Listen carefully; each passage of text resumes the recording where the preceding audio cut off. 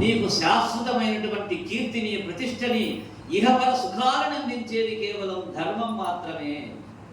ధర్మయుతమైనటువంటి జీవన ప్రక్రియ మాత్రమే శాశ్వతమైనటువంటిది, మిగతావన్నీ అశాశ్వతాలు.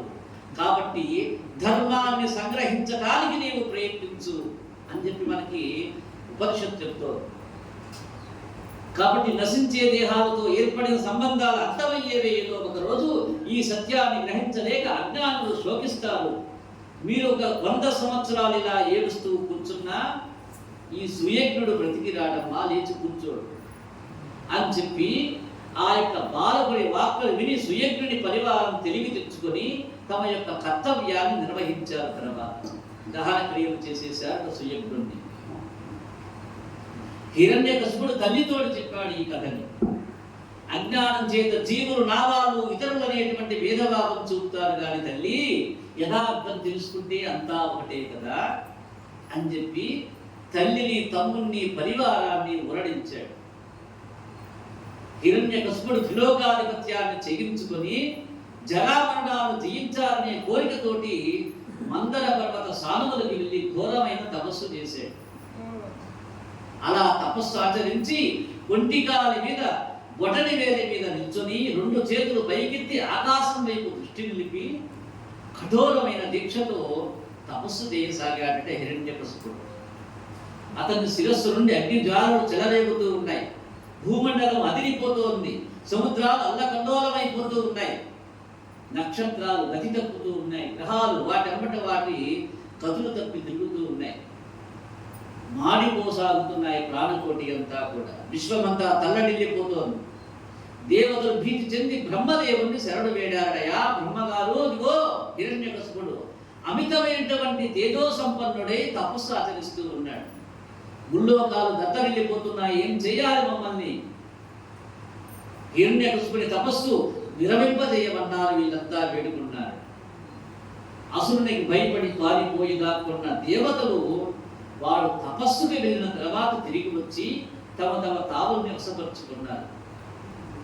హిరణ్యకశిపుడు తాను అమరుడు అజేయుడు కావాలని చెప్పి కోరుకోవచ్చు. కాబట్టి వరమిచ్చేటప్పుడు సావధానంగా ఆలోచించి వరమిమ్మని చెప్పి బ్రహ్మదేవుణ్ణి వేడుకున్నారు. వీళ్ళంతా వచ్చి అయ్యా జాగ్రత్తయా, వాడు ఇప్పటిదాకా మమ్మల్ని అనేక రకాలుగా హింసించాడు. ఇప్పుడేమో తపస్సుని అక్కడ ఉన్నాడు. ఎందుకో నాకు అర్థమవుతుంది. ఎందుకని వాడు చావు లేకుండా వరం కోరుతాడు నిన్ను. నువ్వు ఆయన మీ ఇద్దరేమో వెనకా ముందు ఆలోచించకుండా ఎవరెవరు వెనకా ముందు ఆలోచించకుండా వాళ్ళకి ఏది అడిగితే అది ఇస్తూ ఉన్నారు. మా పంప మీదకి తెస్తూ ఉన్నారు. మేమంతా మళ్ళా ఆయన దగ్గరికి వెళ్ళవలసి వస్తున్నారు. కాబట్టి ఆలోచించి జాగ్రత్తగా వరమిమ్మని చెప్పి బ్రహ్మదేవుని వేడుకున్నారు.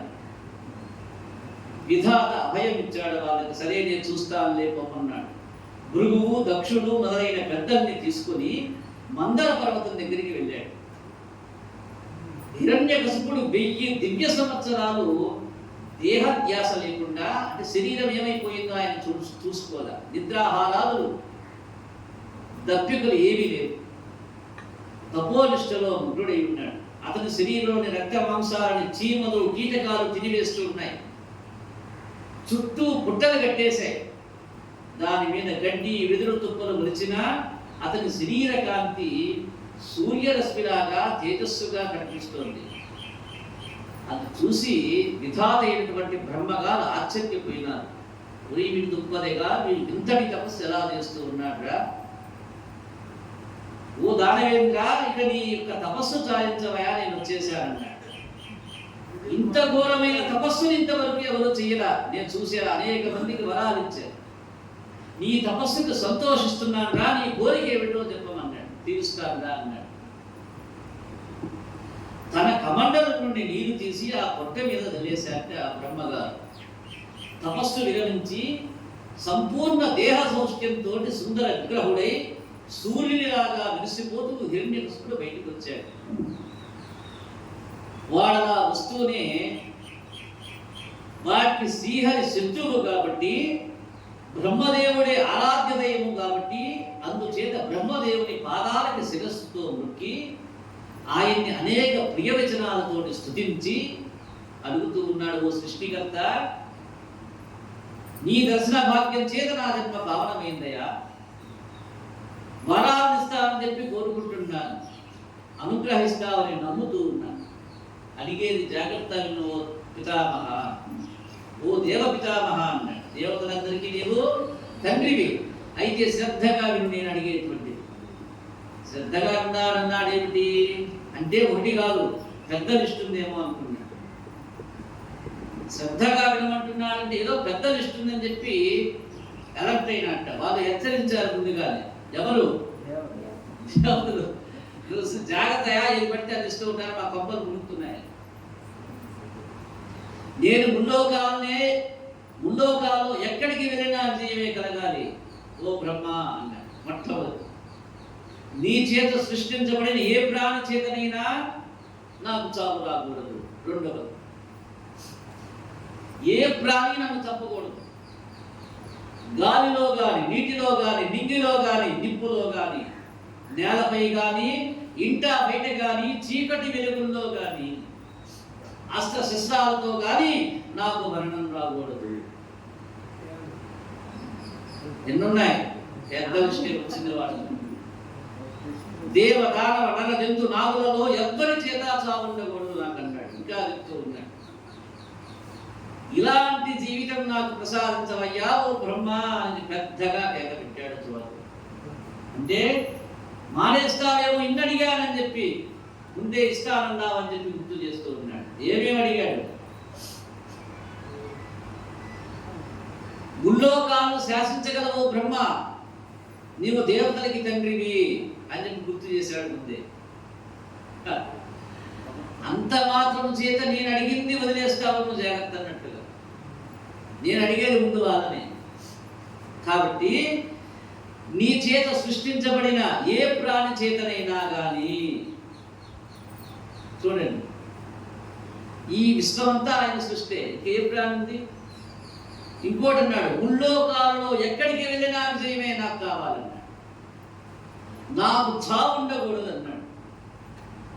గాలిలో కానీ, నీటిలో కానీ, నింగిలో కానీ, నిప్పులో కానీ, నేల మీద కానీ ఎన్ని వచ్చినాయి? పంచభూతాలు అయిపోయినాయి. ఇవన్నీ ఏమిటి? గాలి, నీరు, నిప్పు, ఆకాశము, భూమి అయిపోయినాయి, పంచభూతాలు అయిపోయినాయి. ఇంట బయట, చీకటి వెలుగుల్లో కానీ, రాత్రి పగ వేరు ఉండకూడదు. బయట కాకూడదు, ఇంట్లో కాకూడదు, మధ్య ఉంది. ఇంకా అస్త్రాలు కానీ శస్త్రాలు కానీ వేటితోటి నాకు మరణం ఉండకూడదు అన్నాడు. ఇక ఇంకో లిస్టు చెప్పాడు, దేవ దానవ నర జంతు నాగులలో ఎవ్వరి చేత కూడా నేను చావబడకూడదు అన్నాడు. అలాంటి జీవితం నాకు కావాలయా, ఇచ్చేసేయి అన్నాడు. ఇలా కోరుకున్న హిరణ్యకశిపునితో అన్నాడు బ్రహ్మ, సరే పొమ్మనం అన్నాడు. పాపం వాళ్ళు చెప్పినా కానీ సరే అంటే ఈయన ఆలోచన కూడా ఏమిటంటే, ఒకవేళ కాదని వీడు నన్ను తప్పుతాడేమో, అప్పుడైనా మళ్ళీ ఆయన దగ్గరికి వెళ్ళవలసిందే. సరే అంటే నన్ను వదిలేస్తాడు, వాళ్ళే ఆయన దగ్గరికి వెళ్తారు. ఆయన ఇలాంటివన్నీ ఎన్నో చూసుంటాడు కదా. ఇంతకు ముందు ఎన్ని చూసాము ఆయన ఇలాంటివి చేసిన. కాబట్టి ఇప్పుడు మటుకు ఆయన ఏమన్నా ఫెయిల్ అవుతాడా? ఏం ఇబ్బంది లేదు, ఆయనే చూసుకుంటాడని చెప్పి సరే అనేటువంటి 2 అక్షరాలతో ఒక మాట చెప్పేశాడు. నాయన ఇలాంటి వరాలు ఎవ్వరు కోరుకోలేదయా ఇప్పటి వరకు, అయినా నీకు మాత్రమే ఇవ్వబడుతూ ఉన్నాయి. ఈ అపూర్వమైన వరాన్ని నీవు దుర్వినియోగం చేయకుండా సద్బుద్ధితోటి ప్రవర్తిస్తూ అనుభవించమని చెప్పి ఒక మాట హితోపదేశం చేశాడు. అంతర్ధానమైన వరాలు పొందిన హిరణ్యకశిపుడు బ్రహ్మదేవుని యొక్క హితవాక్యాన్ని పక్కన పెట్టేశాడు. అవి ఎందుకు నాకు, నేను అడిగి సరే అన్న 6 నాకు కావాలన్నాడు. పట్టలేని అహంకారం చేత శ్రీహరి మీద వైరాన్ని పెంచుకున్నాడు. ముల్లోకాల్లో భీభత్సం సృష్టించడానికి పూనుకున్నాడు. దేవతల్ని, గంధర్వుల్ని, విద్యాధరుల్ని, యక్షులని, కిన్నరుల్ని, కింపురుషులని, సిద్ధులని, సాధ్యులని, చారుణులని, నాగులని, పక్షులని, భూత ప్రేత పిశాచాలని, మానవులని, జంతువులని నానా బాధలకి గురి చేశాడు. ఇక ఏ ప్రాణి మిగల అన్నీ ఆయన బారి పడిపోయి అనేక బాధలు అనుభవిస్తూ ఉన్నాయి యొక్క లోకాలు. దిక్పాలకుల్ని తరిమి వేశాడు. 8 మంది నియమించాడు శ్రీ మహావిష్ణువు యొక్క లోకాలని అధిరోహించమని. వారిని తరిమాడు, వారి రాజధానుల్ని ఆక్రమించుకున్నాడు, లోకాలన్నింటినీ జయించాడు, సురేంద్రుని రాజమందిరాన్ని ఆక్రమించడానికి వెళ్ళాడు. విశ్వకర్మ చేత సకల వైభవాలతో నిర్మింపబడ్డ ఆ యొక్క ఇంద్రభవనం వైచిత్రుని చూసి ఆశ్చర్యపోయినాడు. తిన్నగా పోయి దేవేంద్రుని యొక్క సింహాసనం మీద కూర్చున్నాడు. ఆ దానవేంద్రుడు దేవతలంతా భయభ్రాంతుడై ఏమాత్రం అడ్డగింపలేదు సరికదా, శిరస్సు వంచి కానుకలిచ్చి శరణు వేడుకున్నాడు. ఎందుకని? వరం పొందాడు బ్రహ్మ నుంచి, ఈయన్ని ఏం చేయలేము. ఏ క్షణాన ఎవరికి హింసలు పెడతాడు అనేటువంటి భయం చేత పిడికిళ్లలో ప్రాణాలు పెట్టుకొని వినయంగా నిల్చొని ఉంటే వారికి రాక్షస భటులు పనులు పురమాయిస్తూ అదిలిస్తూ ఆజ్ఞాపిస్తూ ఉన్నారు. ఆ పంచ ఈ పంచ అని చెప్పి దేవతల చేత చేయించుకుంటూ ఉన్నారు. హిరణ్యకశిపుడు తన యొక్క భార్య అయిన లీలావతితో సర్వ సుఖాలు అనుభవిస్తూ స్వర్గలోక సుఖాలను అనుభవిస్తూ తాను జీవనాన్ని కొనసాగిస్తూ ఉన్నాడు. నేను నా తుంబరుడు మా గానాలతో అతన్ని సంతోష పెడుతూ ఉన్నాను. ఎవరికి చెప్పడం? నారదుడు చెప్తూ ఉన్నాడు. నేను తుంబరుడు, వీళ్ళెవరు? దేవ వాయించగలరు, పరమాత్మని గానము చేత కీర్తించేటువంటి వారు. ఇప్పుడు ఏం చేయవలసి వచ్చింది? హిరణ్యకశిపుని పాటలు పాడుతూ కూర్చోవలసి వచ్చింది. ఆయన యజ్ఞాలలో ఆవిర్భాగాలని దేవతలకు అందకుండా అంతా తానే చూసుకుంటూ ఉన్నాడు. హిరణ్యకశిపుని చండశాసనకి భయపడి 3 లోకాల్లోనూ పాడి పంటలు సమృద్ధిగా లభించే, దున్నకుండానే భూములు పండుతూ ఉండే, అవసరమైనప్పుడే వర్షం కురిసేది. అంటే ప్రకృతి కూడా ఆయనకు భయపడిపోయింది. ఆయన ఒకవేళ వద్దన్నాడు అనుకోండి, అక్కడ ఏమీ ఉండవు. వృక్షాలన్నీ ఋతువుల్లోనూ అన్ని రకాల పువ్వులు పళ్ళు ఇస్తూ ఉండేది. ఒక్కొక్క పండు ఒక్కొక్క ఋతువులోనే పండుతుంది. కానీ ఇప్పుడు అన్ని ఋతువుల్లో పంటలు పడుతూ ఉన్నాయి. రత్న రాసులు సకల ఐశ్వర్యాలు సమృద్ధిగా ఉన్నాయి. ఏకైకనాథుడైన ఆ యొక్క దానవరాజు అదుపులేని ఇంద్రియ భోగాలను అనుభవిస్తూ అంత తృప్తి చెందక శాస్త్ర మర్యాదలని వైదిక ధర్మాలని ఉల్లంఘించి నిరంకుశంగా శాసించడం మొదలుపెట్టాడయా. రాక్షసుని బానిసలుగా తయారైన దేవతలు మహర్షులు మొదలైన వారంతా ఆహారం నిద్ర మానుకొని ఈ రాక్షసుని పీడ నుండి తమని రక్షించమని చెప్పి ఇక బయలుదేరారు. అసలు ఆయన దగ్గర ఎక్కడికి? వైకుంఠానికి చేరారు. ఓ నాథ శ్రీమన్నారాయణ, మమ్మల్ని కాపాడవయ్యా యొక్క ఆపద నుండి. బ్రహ్మ ఈశ్వరుడు సహా అందరూ ఆయనకి లోనై ఆయనకి ఉడికందిస్తూ ఉన్నారు. ఇక మమ్మల్ని రక్షించేటువంటి నాథుడికి నీవేనయ్యా అంటూ ఆయన్ని వేడుకున్నారు.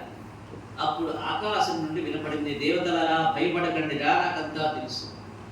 ధర్మం తప్పిన వాడు, వేదాలని నన్ను నిందించేటువంటి వాడు, గోవరిని సాధు సజ్జనుల్ని హింసించేటువంటి వాడు అచిరకాలంలోనే పతనమైపోతాడు. ఇది ధర్మశాసనం. సకల సద్గుణ సంపన్నుడైన ప్రహ్లాదుని కన్న కొడుకైన కరుణ లేకుండా నా ఎందున్న ద్వేషము చేత ఎప్పుడైతే ఆ ప్రహ్లాదుని హింసిస్తాడో అప్పుడే వారి అంతమాసన్నమైందని చెప్పి గ్రహించండి.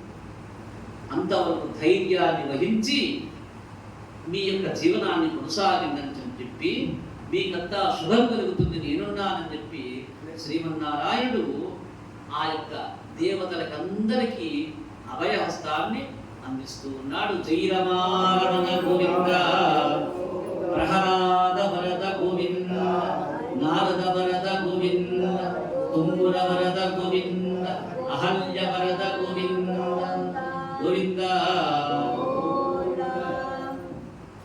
ఒక్క నామం కలిగి సంపాదన అయిపోయింది.